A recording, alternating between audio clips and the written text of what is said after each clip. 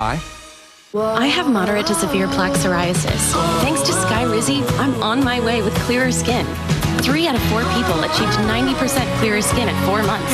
And Skyrizi is just 4 doses a year after 2 starter doses. Serious allergic reactions and an increased risk of infections or a lower ability to fight them may occur. Tell your doctor if you have an infection or symptoms, had a vaccine, or plan to. Nothing on my skin means everything. Ask your dermatologist about Skyrizi. Learn how AbbVie could help you save. Tomorrow on ET, our Mission Impossible exclusive, only we're sitting down with Tom Cruise. Yeah, I just want everyone to know that, okay? The A-list actress he wants to work with next. She is enormously talented. Be sure to check that one out. Now listen, we've got one more thing to show you before we say goodnight. Take care, y'all. Yes! Happening now. It's not just the oppressive heat and humidity out there, but also a little bit of action popping up on the radar screen. We'll take a close look at everything in just a bit. Wearing up to 70 pounds of firefighter equipment is hot on a regular day, but when you talk about this heat wave that we're having, it is sweltering. I'm Courtney Friedman. Coming up, we're going to talk about the protocol that's required when the temperatures are this high. Plus, scammers taking advantage of families while they are still grieving. It's a funeral scam that you need to know about if you're dealing with the death of a loved one. The news at 5 starts right now. And first at 5, a man's vehicle shot at while he's driving on Interstate 10 on I-10. The question is, why? It's happening within the last hour. The victim told San Antonio police he was on I-10 West over Wurzbach Road when someone drove up and started shooting at him. The man wasn't hit by the bullets, but they did shatter a window, causing the glass to hit him. He was taken to the hospital as a precaution. The suspect hasn't been caught. A family's okay after their SUV crashed into a home on the west side around 2:30 this afternoon. SAPD says the man was driving on Bandera Road and Texas Avenue when it's believed that he suffered some sort of a medical episode. He lost control of the vehicle, left the road, and hit that home right there. His 5-year-old and his 15-year-old sons were in the back seat. The older boy not wearing a seatbelt and flew into the windshield. Both are expected to be okay, as well as his wife. The driver not facing any charges, and no one was at that home when they crashed into it. A 7-year-old found safe, and now we know who took her. This is the case of 7-year-old Mariana Benavides. We now know the names of the 2 women charged in her kidnapping. John Paul Barajas joining us live from the Bexar County Jail. We understand these women knew that child, John Paul. Steve, Ursula, that's right. Now, it's not clear what the relation is, but police did say that the suspects are acquaintances of this child. What is clear is the name of the suspects. It's 21-year-old Anaya O'Donnell and 34-year-old Nikki Garcia. They're being held here at the Bexar County Jail on charges of kidnapping, which is a third-degree felony. Now, according to San Antonio police, 7-year-old Mariana Benavides was reported missing yesterday. When the Amber Alert went out, she had last been seen on the 5800 block of Northwest Loop 410. She was then found just before 2 this morning on the 500 block of Madison Oak Drive, right next to North Central Baptist Hospital. That's 15 miles from her last reported sighting. Police said she was found safe and in good health. It's also worth noting SAPD's Special Victims Unit still has an active investigation in this case. At the Bexar County Jail, John Paul Barajas, KSAT 12 News. Thank you, John Paul. It is 5 o'clock, and we are now 1 hour into ERCOT's voluntary conservation request. That request in effect until 8 o'clock tonight. And while it's not requiring that you cut back on your electricity usage, ERCOT is asking Texans to voluntarily reduce it. So far, no emergency conditions have been reported. ERCOT says the request is just an opportunity to help lower demand during peak demand hours. So this is what you can do. You can reduce your electricity use by raising the thermostat just 1 or 2 degrees, avoid using large appliances, turn off and unplug non-essential appliances. If you have a pool, set those pool pumps to run early in the morning or overnight. June's peak demand record broken yesterday. Texans used more than 79,300 megawatts of electricity. The current all-time record for peak demand set last July, just last July, Adam. Well, and I've got an update for you. We have a new record broken today. Last week, it seems like we just did this, right? 117, our peak heat index today. That is a new all-time record high for the heat index, or feels like temperature here in San Antonio. We hit that at 3:30 p.m. this afternoon. Other peak heat indices: New Braunfels 123. Del Rio felt like 120. Cotulla felt like 119. I mean, just oppressive humidity adding with the heat, giving us those heat indices. Air temperatures in backyards, for the most part, in the low 100s. Another record was broken today. We're going to talk about that and some action on the radar, even storm chances in our future. That and more on the heat in just a bit. All right, thank you, Adam. Let's continue talking about the heat, though. This extreme heat wave, intense, dangerous for everyone, but especially true perhaps for firefighters outside, saving lives. Courtney Friedman talked to some of those firefighters about heat protocols and quite literally stepped into their shoes. A fire at a car repair shop on Sunday would usually warrant a normal response, but Battalion Chief Mark Trevino called out 17 crews, more than usual. We're really paying attention to the welfare of the fire crews because it's so hot and it's so humid. So we do have ambulances out here and everybody to keep them cool. The extra crews allow him to rotate firefighters. Where you can usually work 20 minutes, you can probably only work 5 or 10 in these kind of conditions. It's all protocol. The fire department has 3 weather-related levels, 0, 1, and 2. Normal operations for us is level 0. But Joe Arrington says this heat wave has prompted level 2 warnings, meaning being outside only for emergencies. We're used to it, but this is not normal. You know, it's the humidity. They're used to the heat of structure fires, which can get up to 1,000 degrees. It's when you're working grass fires, when you're on the highway, on the concrete, working automobile accidents, when you're dealing with medical calls, you're outside for an extended period of time. That's when it really weighs in. They insisted I feel the heat for myself, so I suited up. So all of this gear I have on can weigh anywhere from 65 to 70 pounds, and I can feel it. It's not just the weight of it, it's the heat inside. It's like a 3-layer oven mitt, I'm told, and it's exactly what it feels like. I'm already working up a sweat, not even wearing the helmet yet. You can imagine what this is like on a regular day, but out here in the heat where the heat index is up to 115, it is sweltering. We're a very busy department. If we're rolling 10, 12 runs a shift in a 24-hour period, you're out a lot. So they work hard to stay safe so they can, in turn, keep the community safe. Courtney Friedman, KSAT 12 News. Check out traffic right now. Let's go to 410 and McCullough, where you see that looks like maybe a couple of stalled vehicles, maybe a fender bender. Doesn't really matter what it is because it's causing a traffic backup. You can see things backed up, and once you get past that accident, things are better. Again, this is Loop 410 at McCullough. New Braunfels smokehouse food production plant still closed at this hour. We first reported a chemical leak there last night on the night beat, requiring some nearby residents to evacuate. Well, we now know it was an ammonia leak. The more than 100 people asked to leave their houses were allowed back into their homes around 6 this morning. They had to wait about 8 hours for the all clear. Huge inconvenience. We got like a few hours of sleep and that's it. This was the one night I actually was trying to go to sleep early. It's unclear what caused that ammonia tank to leak. Again, at last check, the plant was still closed and there were no injuries reported. We've learned the name of a man killed on West Commerce last week, but San Antonio police still trying to find Jordan Johnson's killer. The 25-year-old died last Tuesday after he was shot in the chest near the Bexar County Jail. At last check, investigators trying to find surveillance video from the area to find out exactly what happened. A friend of Johnson's told investigators he had a previous argument with 2 men. It's unclear whether those 2 men, though, are connected to this fatal shooting. Time now running out to find that submarine that disappeared in the North Atlantic Ocean on Sunday. Can you imagine? 5 people on this underwater mission. Feet. Yeah. Tourists heading to view the wreckage of the Titanic when that submarine lost communications. ABC's Melissa Don with why the air supply is going to run out soon. So why these new rescue plans are necessary and are underway. An urgent search is underway in the North Atlantic Ocean near the wreckage site of the Titanic. A submersible with 5 on board, including the pilot, lost communication on Sunday nearly 2 hours after they set off on what was supposed to be an 8 to 10 hour round trip expedition. All of our efforts are focused on finding the sub. A French vessel with an exploration robot on board capable of diving up to 12,000 feet is now joining the search alongside the U.S. Navy and U.S. and Canadian Coast Guards. American searchers say crews have already completed an extensive search above and below the water, covering an area larger than the state of Connecticut. Time is also ticking. There's about 40 hours of breathable air left.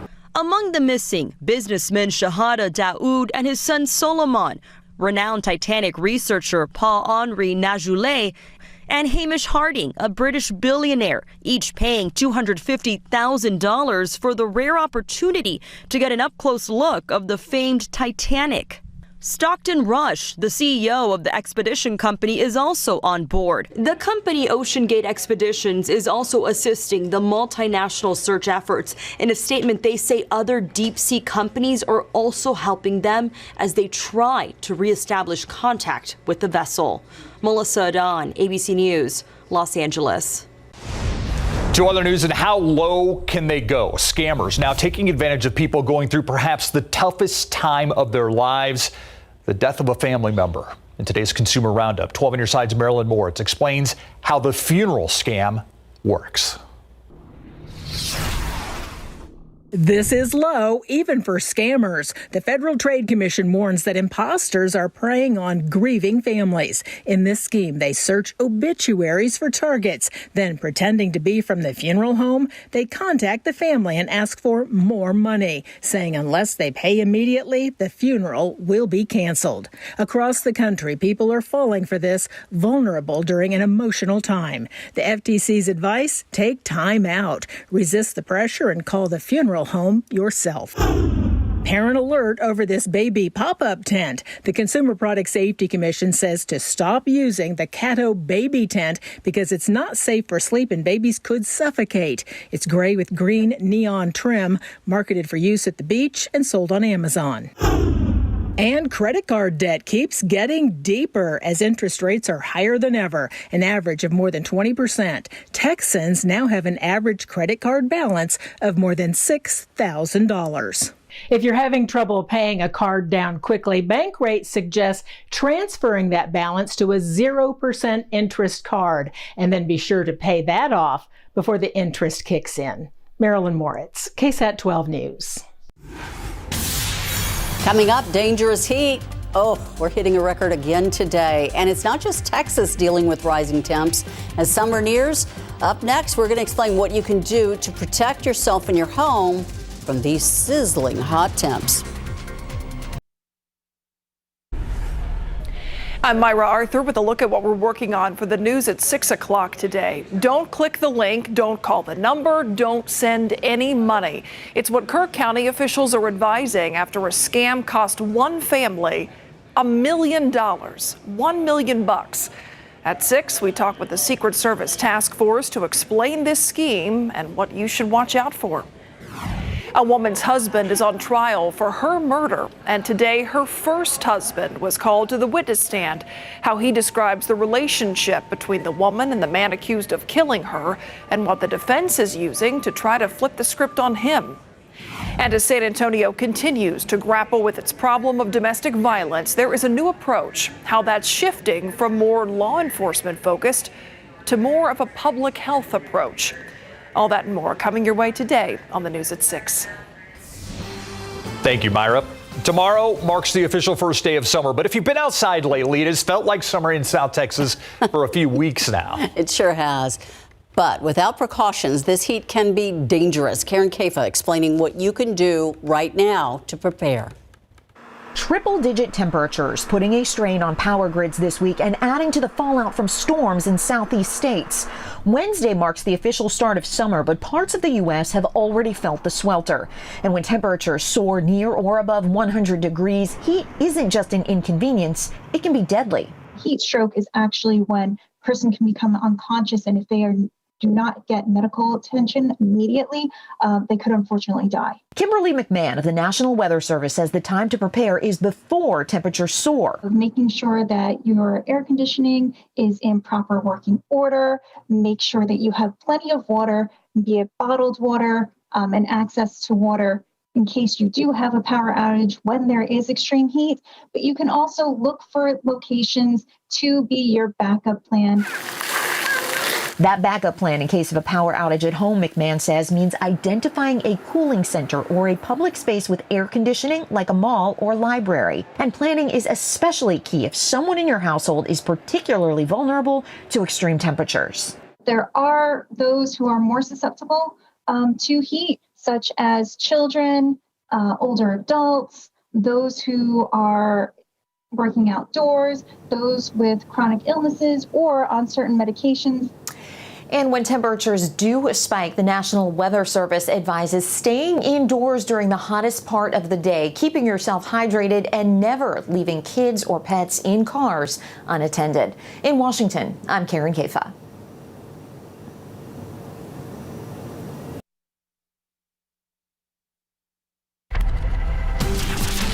All right, let's take a look at live cam outside. 104. That's all? Yeah. Well, it feels like. I was going to say, that's what it says on our little corner thing. And look at this. Schlitterbahn. Look at the line out there at Schlitterbahn. I don't want to be in any lines outside. Yeah, I don't, right but I can get the appeal of going to a water park on a day like today. Oh, yeah. You'll want to Mr. just in line, right? Yeah. You want to get as soaked as you can all day long, get that evaporation going. But the hard thing is, with this humidity, it's hard to get the evaporation going. 104 so far, the high temperature for the day today. I say so far because there's still a slight chance we could get a little bit warmer than that over the next half hour to an hour or so. Look at these high temperatures. Cotulla 114, Del Rio 112, Kerrville 104, along with Hondo Pleasanton 106. And those are essentially our current readings out there. Del Rio, I mentioned 112 so far today, and that ties their all-time record high temperature. And look at Devine at 110, New Braunfels 103. Comfort, Bandera 102, we're feeling the heat. Now, when you factor in the very thick humidity, this is the equation that gives you the feels like temperature. And right now, it feels like 114 in San Antonio, but as I mentioned earlier, we had a heat index of 117. That was the all-time record high heat index measured in San Antonio, but now we're at 114. Hondo feels like 118. You get the idea. We're feeling the heat and, of course, the oppressive humidity, giving us those very high and excessive heat index values. Also on the radar, we have a little bit of activity out there. It's in the hill country, far west and northwest of San Antonio. Nonetheless, another day where we're seeing that some of that action pop up in parts of the hill country. Just north of Lakey right now, severe thunderstorm warning. Could be some pockets of hail in here, maybe up to 1-inch diameter hail. You look at it without all the lighting, you see some widely separated downpours here in Real County, far western Kerr County, and northeastern Edwards County as well. 3D view gives us a different vantage point of this. And what I like to do with this view is then just isolate the hail cores. And that's these purple areas right here. And it looks like the hail has basically shrunken a little bit and it's not as widespread. I mean, look at the past hour, the animation of just the hail, these purple areas. See how it was more pronounced just 15, even 30 minutes ago? It's north of Lakey and it's headed down to the south, but luckily it looks like that hail core is collapsing a little bit, at least for the time being. There is the chance that it could redevelop, but assuming it stays on course, it would make it to Lakey by 5:54 p.m. And more widely separated development is possible here through 8-9 o'clock. And then I think even better chances for the rest of us as we get into tomorrow. But just like the past couple of days, that activity developing roughly around I-10 in the hill country and up into the Edwards Plateau. Upper level high is not directly overhead. It's displaced off to our west. In turn, we have this north and northwesterly flow aloft, which keeps the door open for pushing some storms our way. I think that's going to be even more pronounced the next couple of days. If you're watching Justin earlier today, he was saying, hey, we're increasing that chance of storms a little bit, and we may even increase it more by tonight. Well, we just did that. 40% chance tomorrow, some scattered activity. and that would be tomorrow evening. And then again, Thursday evening, a 30% chance. Then the high centers itself overhead, and by this weekend, we don't think we can get any of that action. And we do have Tropical Storm Brett in the Atlantic. We're going to talk more about that coming up at 6 o'clock. As for this evening, again, a few storms, especially in the hill country, through 10 o'clock. Otherwise, very warm and sticky. Tomorrow morning, 80 degrees. By the afternoon, we do it all over again. 104 for the high, but it's going to feel like it's around 115 in San Antonio. Air temperatures, basically all of us above 100, and you get near the Rio Grande, closer to 115 and higher for the air temps. And there's no relief from the heat. Like you said earlier, Ursula, we took away that 99 from I was about to say, it's still gone. I'm mourning it. Low 100s. Here we go. Okay. John, Paul, George, Ringo, and now Victor. Is that basically what it is, Larry? Yeah, pretty much. I mean, he got a rock star welcome yesterday. We're talking about Victor Wembanyama. Wemby Mania has taken over the New York City area. Plus, Wembanyama, well, you know what? He has a very good reason to be happy when it comes to his future with the Spurs coming up. Wemby Mania has taken over the Big Apple. First, he arrived in Newark yesterday, and he was swamped by fans seeking a picture and his autograph. And today, the New York Yankees tweeted, "We look forward to welcoming Vic W32 to the stadium tonight to deliver the ceremonial first pitch." The Yankees are hosting the Mariners at Yankee Stadium this evening. Now, Thursday, the Spurs will have 3 picks, number 1 overall, and 33 and 44 in the second round. When it comes to having the first selection, how does that change things for Brian Wright and the Spurs compared to last season when they had the 9th overall pick in the first round, selecting Jeremy Sohan? 33 feels a lot like 9 right now. There's a lot of arguments about what to do with 33 and 44. Okay.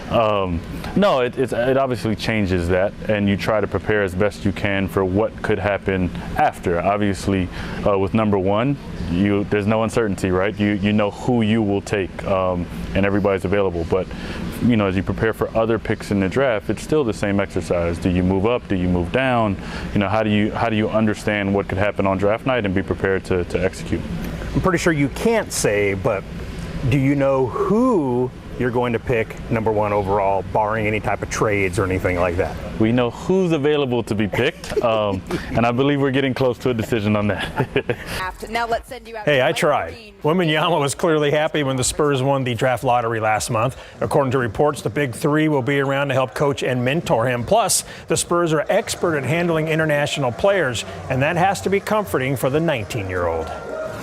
I think that just the relationship that the Spurs have built with his agent, Buna Njai, over the years, and also just the history, like you said, of international players, that have come through the Spurs, especially in France with Tony Parker. I mean, he's such an icon in that country. He's probably the greatest player to ever come through France. And I mean, Victor grew up watching his games. And so everybody knows the Spurs culture and, the way that they do things, and Greg Popovich having that kind of stability at the top, I think it shows you something.